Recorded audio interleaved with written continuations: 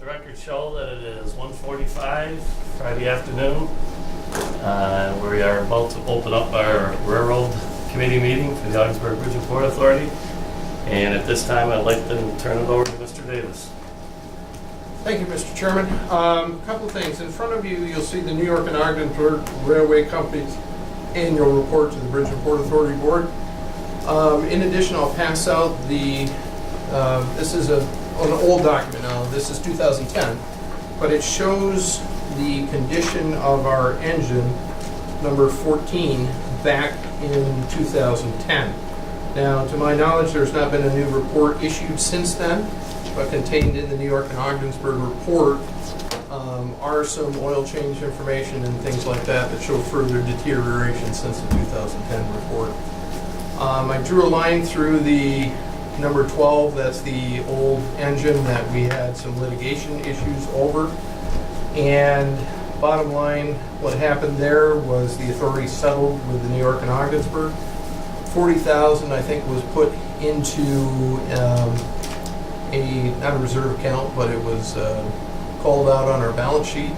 And then in addition, we scrapped the engine and threw some extra money in there, and I think we have a total of about $85,000 on the books as a placeholder. There's no money behind it, but there's a placeholder for $85,000 towards a new locomotive.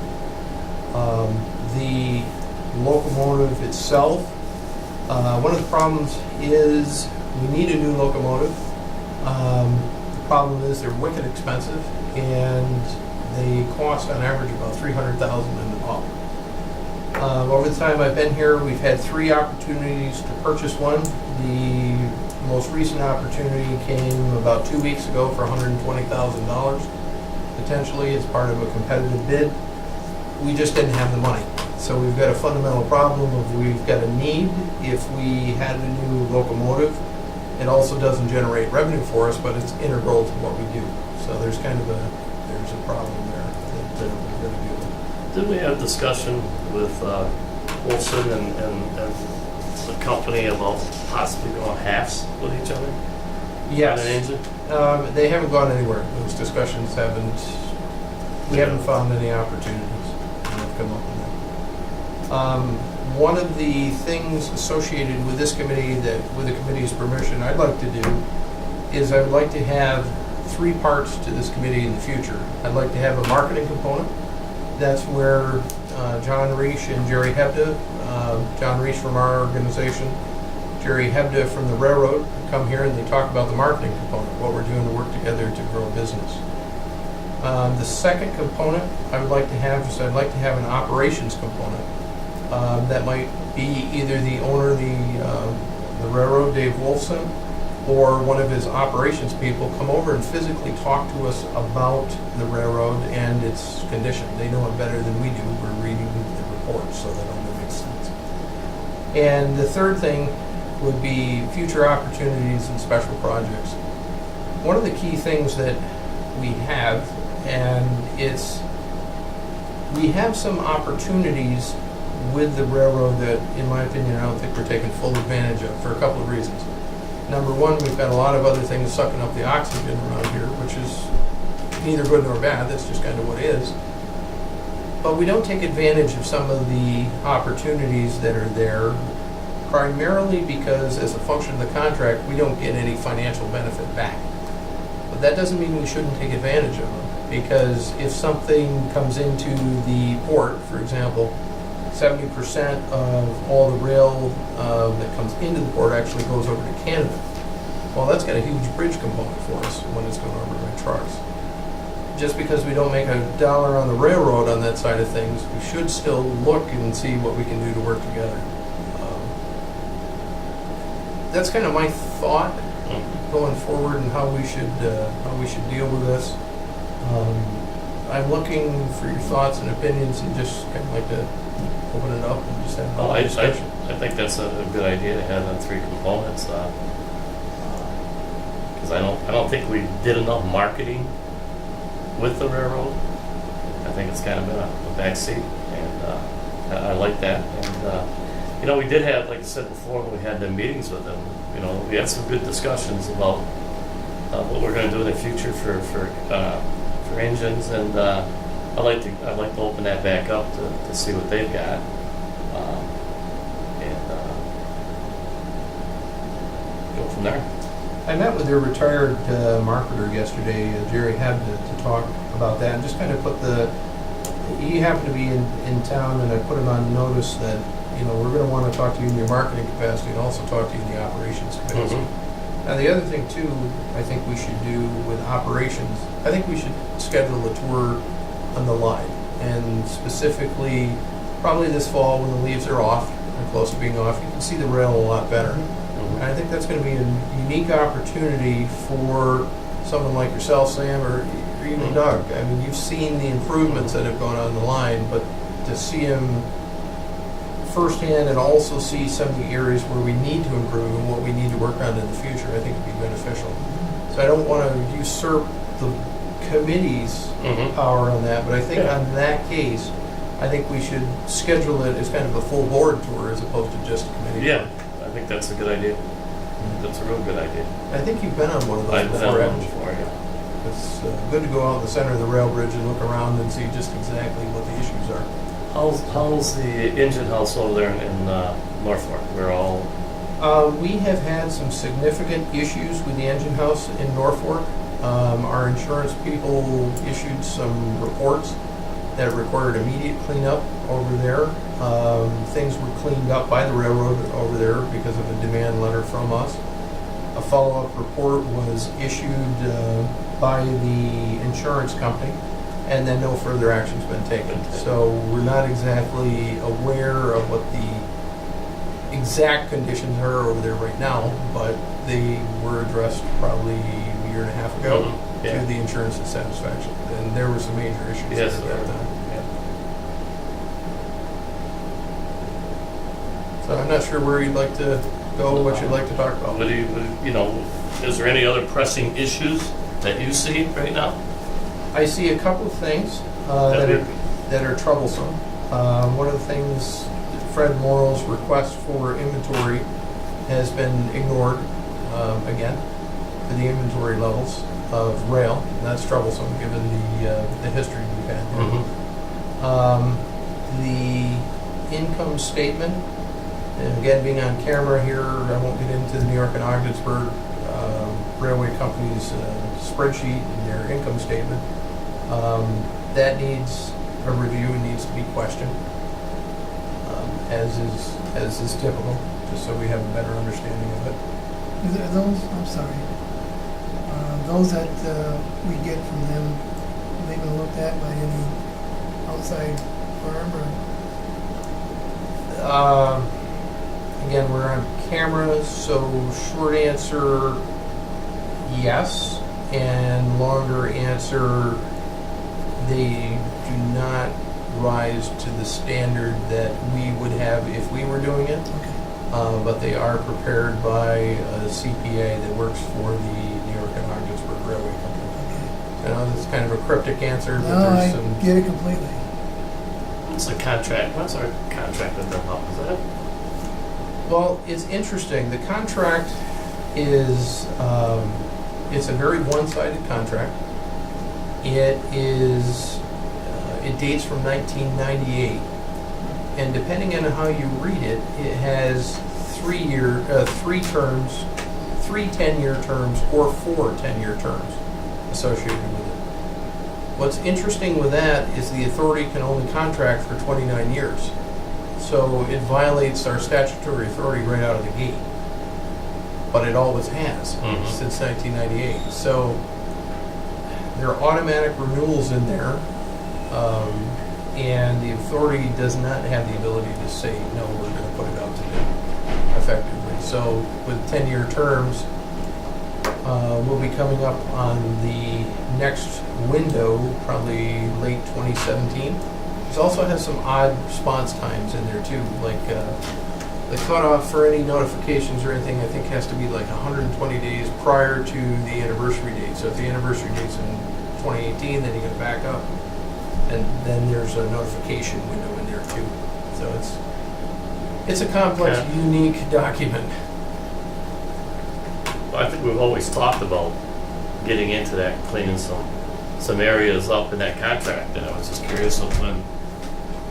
Well, even then, we don't have the ability to get in there, clean it up, and renegotiate. It's just a straight automatic renewal. They send us a letter, we're required to renew it. The only way to change it is to give notice that we want to get out of it 120 days before that 10-year. Yeah. Correct. And if you miss that window, you're done. Right. The thing that I envision changing the relationship is probably going to be, let me back up and answer another part of the question. The authority 14 years ago tried to renegotiate the contract. Railroad didn't want any part of it. Probably about 8 years ago, I picked up on some renegotiations that went nowhere with the railroad.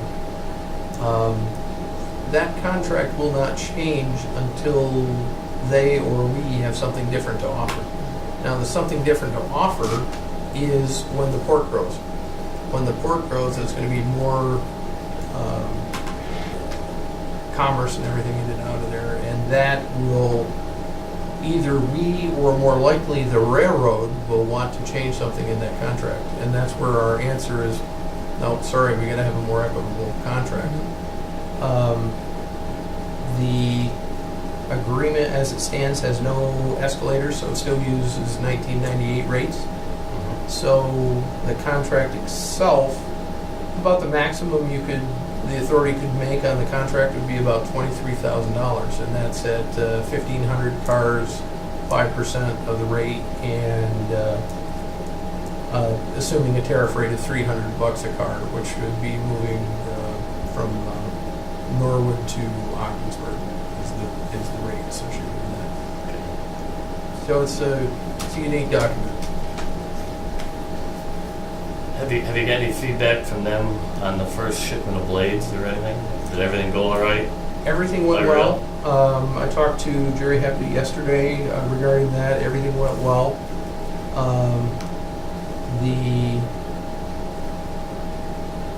The other thing we talked about is splitting the cost of a photographer on the next blade train to try and get some awesome shots. A couple of years ago, we got some very nice shots of blades moving across the Racket and Grass River Bridge that we've used to promote the railroad and the need for funding on the railroad. There's no reason why we couldn't do that again. It'll probably cost us a couple $100, but it's well worth it. And we're moving forward with the money we just got for the rail bridges, right? We are. We are waiting on DOT right now to approve there's a contract document they have to issue to us that says the Racket River and the Grass River Bridge total $2.4 million, and then separate from that, the grain bins that are going to be administered out of Watertown total X. So, okay. But right now we're waiting on DOT. All right.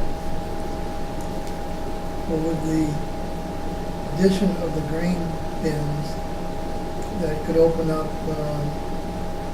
lot of different things that we could do, as you already said, with marketing, future opportunities, and what effect it may have moving things around. It's one of the exciting things where I'm also going to need your assistance, because we have to push our marketing side of the organization, because a lot of the projects we deal with, we'll make a huge investment in something and they'll generate business, or in some cases we make an investment in a bridge and it supports ongoing business. But these grain bins are really an exciting opportunity, because this is something, we build it and our costs go from like $4.50 a ton down to $1.50. Right. And we massively can increase our volume and also the amount of revenue we get in the door. I'm not sensing, we had a conversation on this yesterday with both the railroad and our marketer. There's no vision there. There's no, this is how we're going to take it and this is who we're going to go to for an entrepreneur and try and make things happen. That I'm just not seeing it at this point. Not a big issue at this moment, but we need to start gearing up for that, because if we get the foundations in by the end of This year, we'll have the grain bins up and running by summertime of next year, in time for both the harvest and repositioning of grain. So we really don't want to miss that opportunity. Well, actually, if you think about it, now is the time for us to be concerned, because if we can provide a service coming in or going out, and if the agricultural community in our area is going to grow something, they have to be ready in January and February of 17, because you're going to put it in the ground in April. So we do need to be ready sooner than later.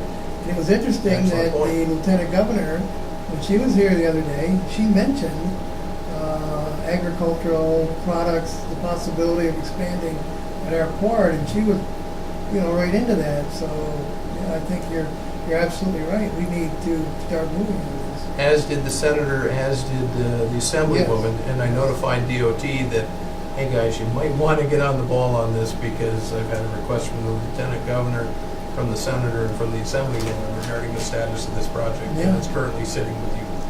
So we, I don't want to say we're overly aggressive, but we hopefully help them. I think we've got, as you said, we've got to get our marketing department on this right now. Yeah. We can't, that's got to be another piece of this pie that we're working at, and I've always been a stickler on let's get it done now, and when it's done, now we're ready. We're not gearing up a month before it's done. We should have her flyer ready to go. We should have her elevator speech and sales pitch ready to go now, and I was not encouraged based on our meeting yesterday at that time. But we can address that. Yes, I like that. I mean, if we have to have Sam and myself sit in on a meeting or whatever and say, look, this is what we want done. This is, I'm not over, No, I know what you're saying. I think that, and then it's coming from the committee also. Right. And if it doesn't get done, now we got that, hey, look, we told, we've got to get this done and move it. We've got one key ingredient, I think, at least in my opinion, that's missing here. And that is, we've got the railroad, we've got our marketer, we've got our limited knowledge of agriculture, but we don't have the entrepreneur. We don't have the investor that is looking to plant that extra field full of, soybeans or something like that to store at the Ogdensburg facility. That's the missing person or people. And that's where I think there needs to be a joint effort between the authority and the railroad to find those people. Because I'll give an example. The senator sits on the agriculture committee. Mm-hmm. Mm-hmm. We know the financier of all the large farms here in northern New York on a first name basis. We ought to be talking to those people to try and find somebody like, I often use the example of Pat Kern. We need to find the Pat Kern of agriculture to be able to make this work. It can work. It's just we've got to find the right people. But as of right now, we aren't even looking for them. That's troublesome. Well, the senator is the chair of the agriculture committee. This is correct. This is So, correct. yeah, I'm sure if we reached out to her, she would give us help and maybe finding somebody. But you've hit the nail on the head. To be able to reach out, you've got to have your flyer done. You've got to have your ducks in a row, Right. and we're not there. So that's one thing that will be specifically written into objectives. I think you're right, Doug, that we can't wait. Yeah, I mean, now's the time to get moving on it. Right. And I think sometimes we just put our eggs in one basket, like the industrial park only. You know what I mean? We're not getting a variety of. Remember when we put the RFP out for remember the yogurt? Yeah, the yogurt and we plant had an up. explosives facility. Yeah, but I mean, you got that, and then we had some at the time. Remember, some people were on the committee and possibly put breweries or something or harvest. Yep. So that was a step. But I mean, from yogurt RFP, we got all this other stuff. So it's something that like you said, I think we've got to expand our horizon here a little bit and see what we can come up with. Well, and that's one of the great things about this grant too, is that investment will pay back immediately if we do our part, because it's it's there, it will be built, it will be ready to go. And it's 100% paid for by the state. And so you can't ask for any better combination there. Are we looking for some kind of movement this summer on the grants and actually doing something down there? Well, we need to get, procedurally, we need to get the agreement from New York State. Then we'll sign the agreement. The project will actually be run by DOT out of Watertown. We will more than likely rebid the project, which will rebid the project. We'll get the new time frame, and we'll get the new costs associated with it. Good news is I don't expect our numbers to change too much. The last time it came in at like 1.3, 1.4, and that was its second round of bidding. I don't really anticipate those costs will change too much because that was as of about this time last year, those numbers were good. So This will include the repairs at the two bridges, 40 and 80, and the grain bins at the port. no, I'm glad you mentioned that. The project, the rail projects are being consolidated into one project and run out of Albany. And the grain bins are busted out and being done by Watertown. So let's talk about the overall numbers for a minute. The Racket River Rail Bridge got a passenger freight rail assistance program award for $1.1 million. On top of that, we will receive an award for $2.6 million. The criteria on the $2.6 million, it has to do the grain bin and 2 rail bridges. So what they're doing, they're stripping out of that 2.6, they're stripping the rail portion out, adding the 1.1 million for the Racket. They're doing the Racket and the Grass River bridges together as one project. And then the remnant is doing the grain bin project. So it's state trying to be a little bit more efficient. Instead of running 3 projects, they'll be running 2. So the catch is they got to get us the document so we can get started. Yeah. So we want to move ahead and set up a meeting with the railroad, or you want to hold off a little bit on that, or? I would recommend holding off until we get the DOT documents signed. Okay. As soon as we get those DOT documents signed, that's a good place to all come together, talk about the future, what's going on, force the issue on, Vermont Rail, New York and Ogdensburg. What are you doing to market these grain bins? Bridge and Port Authority, what are we doing to market these grain bins? How do we work together? And also have a status update on where we are with the construction project on the bridges. Okay. Sounds good. What else could I share with you that would be You helpful? need any? I know you've gotten a lot of the information electronically. Yeah. Well, the railroad's using 2 locomotives now. Yes. Is it Yeah. 14, which could use repairs? What's the other one? 801? 801? Yes. 801 is in much better shape. I mean, it's newer. 801's in much better shape. It's a 1961. It's their owned engine. It's something that they've talked to us about purchasing before, but why? I mean, that math doesn't make sense, particularly when we've got the New York and Ogdensburg 14 sitting there. And the 14, you'll notice in the report back in 2010 is next closest thing to junk. I mean, it's in very rough shape. And they have said before that if something happened, we have a project like we've got now, and something happened to that engine, they'd pull an engine off Off their line. lines. Yeah. So we wouldn't have any lapse in moving stuff, so. I've had a hard time trying to find any funding for locomotive replacement because they're pricey, and there are no programs out there generally because if you own a railroad, massively expensive pieces, you generally have a locomotive, and in our case, we don't, other than the 14. So. Right. And we're looking at, even a new one is over $250,000.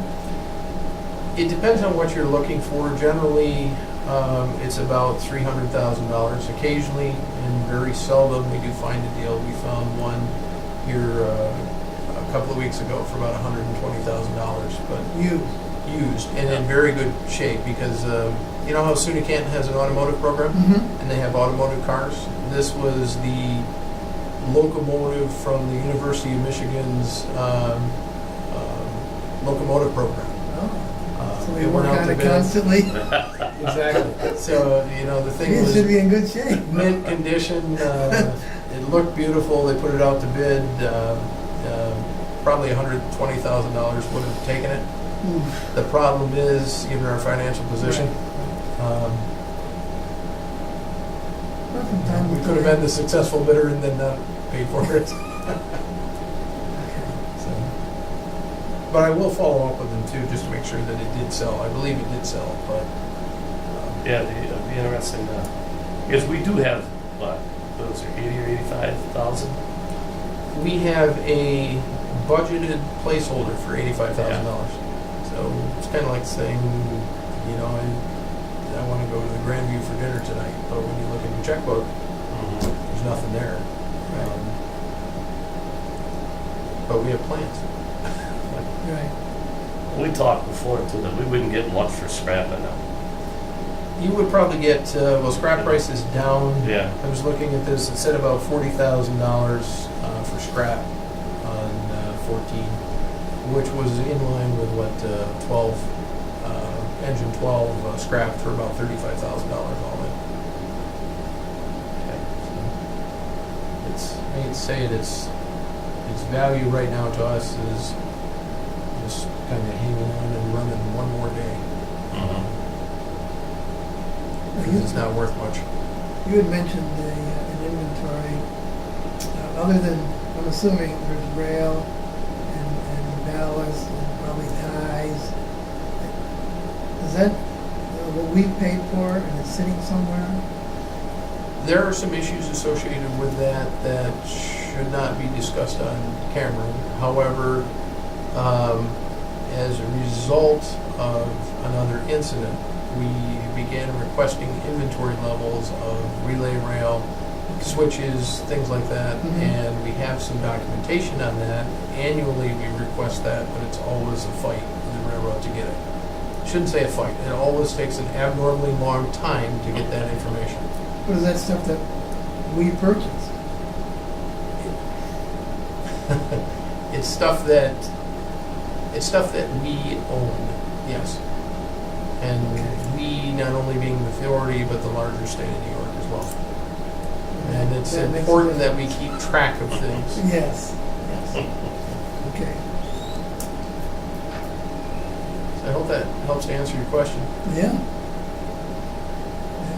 I mean, I've gone through at least a third of it. It's interesting, some of the daily reports they have. Yeah. You know, ties broken, rails, snow on the rail. Imagine that.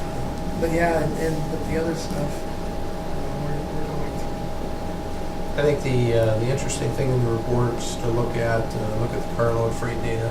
Yes. It tells Yes. you that everything comes in here loaded, very few things. Yes. There are very few outbound rail cars. Yes. The oil tests I always find interesting because the more lead and heavy metals that you find in the oil test, it's a function of the engine, and it's indicates there's some not good things going on in the engine. The other thing I always like is after you can figure them out, is the track charts. The track charts that are in here are pretty good because now they show the heavier rail all the way over to Norwood, and the need for some heavier rail partway from the Norwood Junction towards Norfolk. Because when you unload a train and bring it over here, you have to put it on that lighter duty line. And that light rail is really too light for what we're doing right now. Are they pulling any cars out of, I know we put the spur in over at Maxim. Are they moving cars from Maxim, do we? They're bringing in a couple of rail cars a week, and there's some trucks that are going out and going across the bridge as a result. So Maxim has been one of their growth opportunities on the line. And they're handling 10% more than they were in 2014. They've seen growth in salt and paper, glass, agricultural, and oxide traffic. Oxide is Hoosier down here. They were switching this morning, maximum miles. They're over here generally about 3 times a week. So it's Well, it was neat to see. I was mowing grass there when the first line of windmill blades coming. You can see from my backyard stuff. You can see that coming, and it's pretty neat to see that go through the trees there. these things are amazing. Yeah. Yeah. One of the other things to note, if you're a rail buff, very few times will you ever see a Union Pacific engine over in CSX territory, and you see them at the junction over in Norwood. They're bringing the blades from Mexico, and they're keeping them as one complete train when they go through. So we've had 2 other opportunities to see that. It's kind of weird seeing the yellow or gold Union Pacific engines here in the North Country. Yeah. Plus those blades are monsters too. Yeah. They're 185 feet long, spread across 2 rail cars, which make them even longer. So, Now, when we bid the project, that's all included in the bid too, these blades? Or is that a separate contract with the railroad? well, we have as far as who makes the money on that, Yeah. the who makes the money on that is a function of the UP, the CSX, and the New York and Ogdensburg. Our part, where we make some money on it, is when they're stored in the yard. Okay. But other than that, no. The railroad will claim, if the railroad were here, they would open the contract and say, but you get 5% of the freight volume. Yeah, they're right. We do, but maximum with the contract, the most we're ever going to make on that contract is $23,000. I was going to say $20,000. Typical year, it's 15,000 or less. Yeah. Yeah. So they're not wrong when they say that we make something, but Yeah. we make far more in storage. Yeah. That's good. Anything else, Sam? No, I agree with the new setup that Wade talked about. I think that will open up better opportunities for us to use the railroad in conjunction with everything else. Industrial park, the port, the airport, who knows? The bridge, going from trucks from the rail to the bridge. And I like the possibility that, there's a lot more we can do with the agricultural community. Yeah, I like that idea. That seems to be the trend right now. I was talking with Brian Mitchell yesterday, and he's the food service director for the school system. He was over in Canton with Addie Russell, and she gave the Old Faith School District X amount of dollars to buy, and other school districts, but X amount of dollars to buy local produce for this year coming up. And it was a big, Great. yeah, it was a big, It's a good idea. yeah, so, And the importance of these railroad meetings too, I think it's one thing that came through loud and clear with the railroad yesterday is I don't think they were aware of the fact that we had Canadian trucks and Canadian weights now, that we could get across the bridge and into the industrial park. I kind of caught them off guard yesterday when we were talking about that, which that's something they've been wishing for a long time. yeah. So that might open up another avenue for them. It could. Yeah, that was talked about back in the 80s. Yeah. The weight limit coming in on U.S.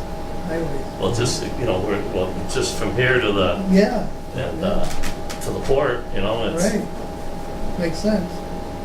Well, and we'll be starting a pilot program with one of the carriers too, where we'll pay the initial cost of getting the permit at $1,000 a piece for no more than 5 trucks to be able to run them into the port directly. So out of the port directly. Of course, the rail's right there at the port, so makes a lot of sense. I would recommend that we get together and I apologize, I didn't have time to do it for today's meeting, but a railroad committee charter that says what we want to do as a railroad committee and what our goals are, and I'll get something together for a draft, and I'll go get that out to you so that we can tweak it and share it with Sam.